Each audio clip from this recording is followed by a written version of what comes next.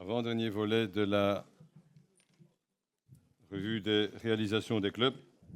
Nous passons à la communication et les relations entre les Rotary Clubs dans le monde. La communication interclub dans le monde, et je cède la parole d'emblée à Olivier. Merci. Merci, cher gouverneur Brigitte, pour m'octroyer la parole. Merci à tous pour votre présence. Alors, l'importance des réseaux sociaux dans la communication. Ouais, chers amis, si mes enfants avaient appris que j'allais faire une présentation à ce sujet-là, ils m'auraient simplement dit MDR. Voilà. Pourquoi c'est facile? Je n'aurai pas beaucoup de choses à vous expliquer. Simplement, je vais vous le lire rapidement. Les réseaux sociaux, c'est 4,8 milliards d'utilisateurs dans le monde, 60% de la population mondiale.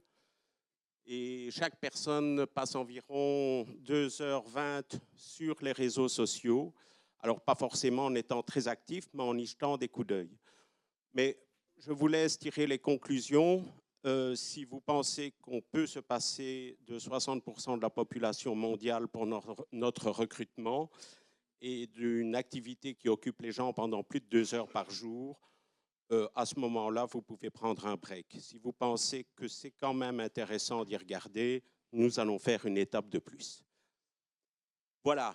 Ces réseaux sociaux qui s'imposent à nous, que nous les aimions ou pas, ils sont là, leur importance ne fait que croître.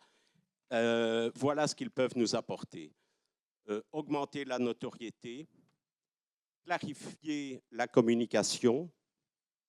Vous savez, tous les messages qui peuvent passer sur le Rotary. Hein, nous sommes des vieux nantis qui buvons à notre aise certains soirs. Nous avons les outils pour essayer de rectifier ça. Hein, voilà. Attirer de nouveaux membres, et spécialement les jeunes, parce que c'est là qu'ils se baladent et c'est là qu'ils vont chercher des informations ou des nouveautés. Fidéliser les membres existants, parce qu'il y a un sentiment d'appartenance qui est mentionné au 5e banc. Alors, toutes ces gens qui utilisent les réseaux sociaux, et pour ces raisons-là, je crois qu'ils s'imposent à nous. Nous pouvons essayer de nous voiler la face, il faut y aller.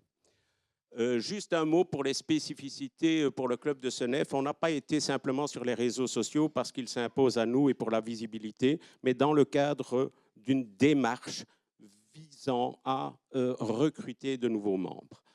Et c'est un effort mené par la commission effective dans lequel s'est impliquée l'entièreté du club. Nous n'avons de nouveau pas, je me répète, réinventé la roue. On a demandé le support de la commission effective du district et l'aide de Dominique Moll, qui a été très précieuse pour notre démarche. Comme nous étions plutôt novices dans l'utilisation des réseaux sociaux, nous avons fait appel à un professionnel pour nous aider. J'ai glissé son nom sur le slide et toute ressemblance avec une personne connue n'est pas fortuite. Enfin, nous avons cet effort de présence sur les réseaux sociaux, nous l'avons couplé, comme je vous l'ai dit, à d'autres efforts, et notamment l'organisation d'afterwork, toujours dans le but, parce que c'était ça le but, d'augmenter l'effectif du club. Alors voilà à quoi ça ressemble. Ça, c'est une page Facebook. Wow. Je vous ai pris quelques screenshots, hein, simplement pour... C'est un peu plus accueillant que certains messages et ça attire, c'est évident. LinkedIn, je pense qu'il est vraiment important aussi ce réseau parce que vous voyez le nombre de messages du Rotary International, la présence du Rotary sur LinkedIn est très importante. Et puis là, nous sommes dans l'action professionnelle parce que c'est un réseau où nous retrouvons de nombreux professionnels. TikTok, ça c'est une expérience très intéressante et je dirais c'est sans doute la plus fructueuse de toutes, mais ça demande du professionnalisme. Voilà, les résultats. Eh bien, après 1 an de présence sur les réseaux sociaux et 2 afterwork, qui furent de vrais succès. Nous avons gagné une fierté des membres qui est sortie du club, qui est sortie de sa zone de confort. Et nous avons 2 nouveaux membres qui seront intronisés à notre passation de pouvoir ce lundi. Le futur, maintenant nous devons reprendre les mains sur les réseaux sociaux et la présence parce que le professionnel, il est parti et c'est donc à nous de continuer les publications et nous avons prévu ce qu'il fallait pour cela. Et puis continuer nos efforts en parallèle et continuer à nous remettre en question pour rester encore un peu plus attractifs. À ce sujet, nous avons également 4 ou 5 membres en vue et au prochain Afterwork en septembre, nous comptons bien concrétiser l'un ou l'autre membre supplémentaire. Voilà, merci. Merci Olivier. OK. Merci. Nous allons passer à Willy Ferrin et Régine du club de Bruxelles-Est. Vous êtes allés à la Convention internationale de Singapour et vous avez ramené un document et sans doute une expérience. Vous avez la parole. Ils sont branchés. Ils sont branchés. Merci. Allez, vas-y. Madame la gouverneure, chers amis, on s'envole vers Singapour pour la Convention internationale du Rotary qui a eu lieu entre le 25 et le 29 mai. Pour mémoire, le président sortant, c'est Gordon McInally. Son thème de parole était sur la santé mentale. Alors, le président McInally parle de son engagement à faire progresser la santé mentale et le bien-être mondial, une priorité majeure de son mandat. Ah, il faut peut-être tourner. Oh, pardon. Okay. La présidente élue, Stéphanie Urchik, thème présidentiel lors de la convention, la magie du Rotary. Elle fait appel aux membres à reconnaître et à amplifier la capacité de l'organisation à sauver des vies. Le président nommé 2025-2026, Mario de Camargo, ce président nommé entend booster l'image de Rotary. Le président nommé entend booster l'image du Rotary en travaillant du sommet à la base. Attention, la surprise. Le Rotary en action avec un Belge élu administrateur, Alain Van de Poel, ici présent. Bravo Alain. Alors, il faut savoir que le Rotary international est dirigé par un conseil d'administration composé d'une vingtaine de membres. Ce conseil détermine la politique et prodigue des conseils au club sur la manière de se développer. Selon des règles précises, une rotation tous les 16 ans, donc le prochain candidat a le temps, permet à un Belge ou à un Luxembourgeois d'être élu.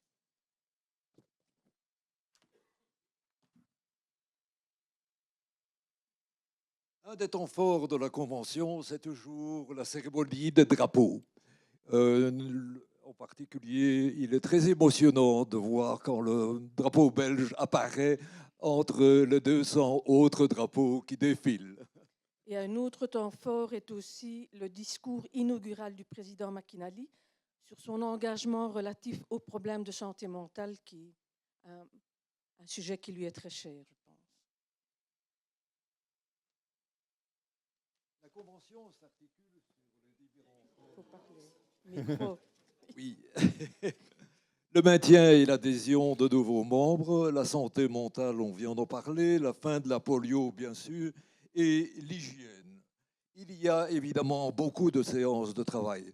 Pendant 3 jours, nous avons à choisir entre 80 ateliers pour formation des membres et d'autres pour information.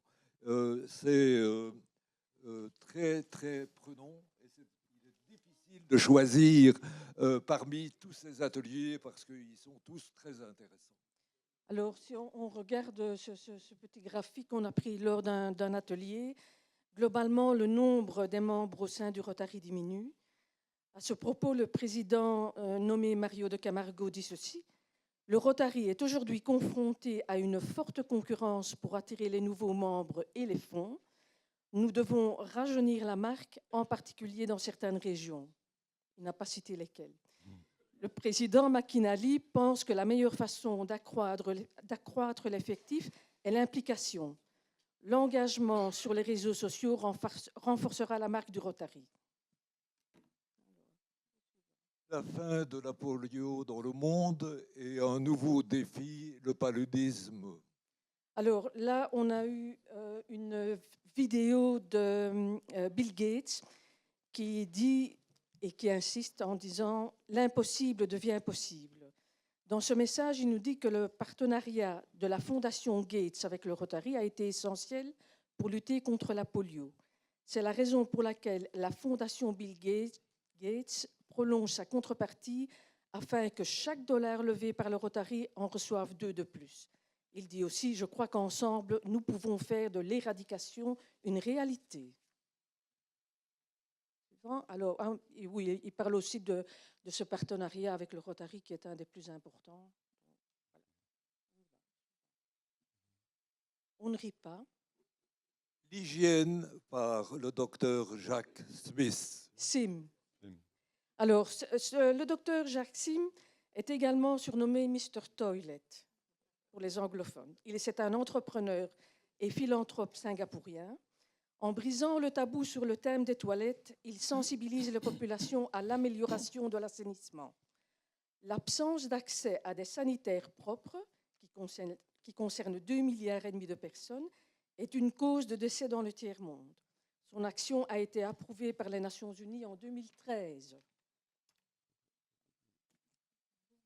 Une anecdote pour presque clôturer. Le président du conseil d'administration de la Fondation est M. Barry Racine. Il va d'ailleurs prendre cette année sa retraite. Alors, la jolie... Non. Alors, la casquette signée par le président McInally et par Barry Racine, président du conseil d'administration, a trouvé un acquéreur pour $20 000. C'est pas mal, hein, quand même. Oui. Eh bien, voilà, alors, disons-nous, eh bien, on dit au revoir Singapour et bonjour Calgary, parce que la prochaine convention a donc lieu au Canada, l'année prochaine à Calgary, et je vous signale que nous sommes déjà enregistrés. Alors, à vous aussi.